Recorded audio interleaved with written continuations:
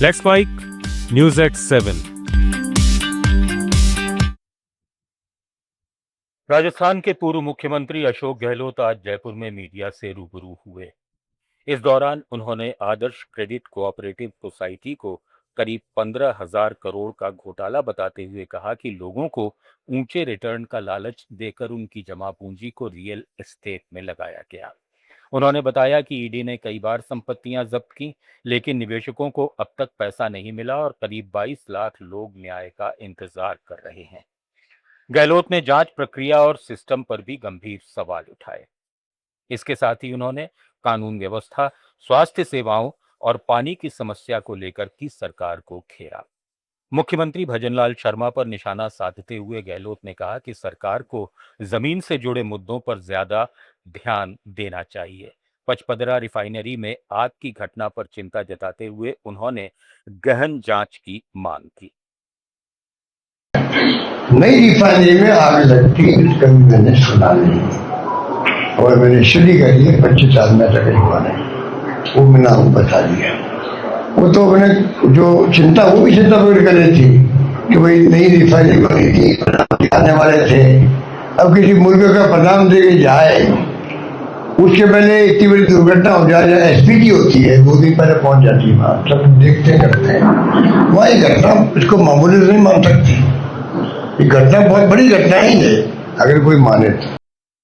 पहलगाम आतंकी हमले की 22 अप्रैल को पहली बरसी से पहले कश्मीर में सुरक्षा व्यवस्था कड़ी कर दी गई है। सभी प्रमुख पर्यटन स्थलों पर सुरक्षा एजेंसियां हाई अलर्ट पर हैं। श्रीनगर से करीब 95 किलोमीटर दूर बैसरन घाटी, जहां 2025 में हुए आतंकी हमले में 26 लोगों की जान गई थी, अभी भी पर्यटकों के लिए बंद है। घाटी में तय सीमा से आगे जाने पर रोक जारी है, जबकि बेताब वैली और चंदनवाड़ी जैसे अन्य टूरिस्ट स्पॉट फिलहाल खुले हैं। हमले के बाद से पर्यटकों की संख्या में 30 से 40% तक की गिरावट दर्ज की गई है, जिससे स्थानीय लोगों में नाराजगी बढ़ी है। उनका कहना है कि पाबंदियों का असर उनके रोजगार पर पड़ रहा है। इस बीच भारतीय सेना ने सख्त संदेश जारी करते हुए आतंकियों और उनके समर्थकों को चेतावनी दी है। यह संदेश ऑपरेशन सिंदूर से जुड़ा बताया जा रहा है। सबरीमाला मंदिर में महिलाओं की एंट्री को लेकर चल रहे विवाद पर सुप्रीम कोर्ट में सुनवाई जारी है। कोर्ट ने सख्त टिप्पणी करते हुए पूछा कि मूर्ति को छूना ईश्वर का अपमान कैसे हो सकता है, और क्या संविधान ऐसे भक्त की मदद नहीं करेगा जिसे जन्म के आधार पर रोका जाता है। मंदिर पक्ष के वकील वी गिरी ने कहा कि मंदिर की परंपराएं धर्म का अभिन्न हिस्सा हैं और भगवान अयप्पा नैष्ठिक ब्रह्मचारी हैं, इसलिए नियम उसी अनुसार बने हैं। 9 जजों की संवैधानिक पीठ इस मामले की सुनवाई कर रही है और फैसला कल आ सकता है।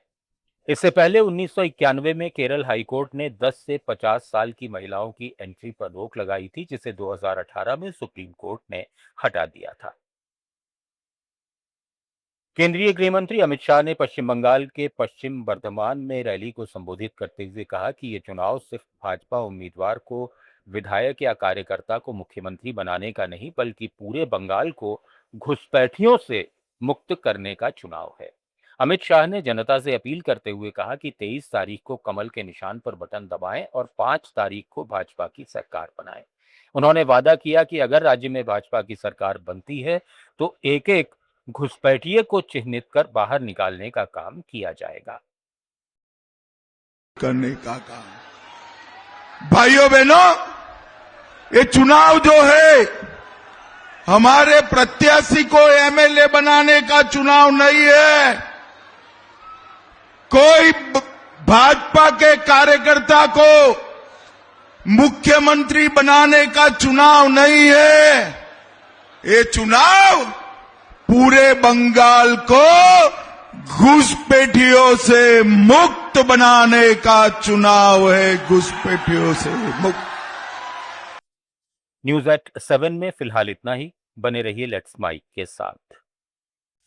आप सुन रहे थे let's mic more than radio. Follow कीजिए हमें हमारे सोशल मीडिया प्लेटफॉर्म्स पर। आप सुन रहे थे let's mic more than radio. Follow कीजिए हमें हमारे सोशल मीडिया प्लेटफॉर्म्स पर।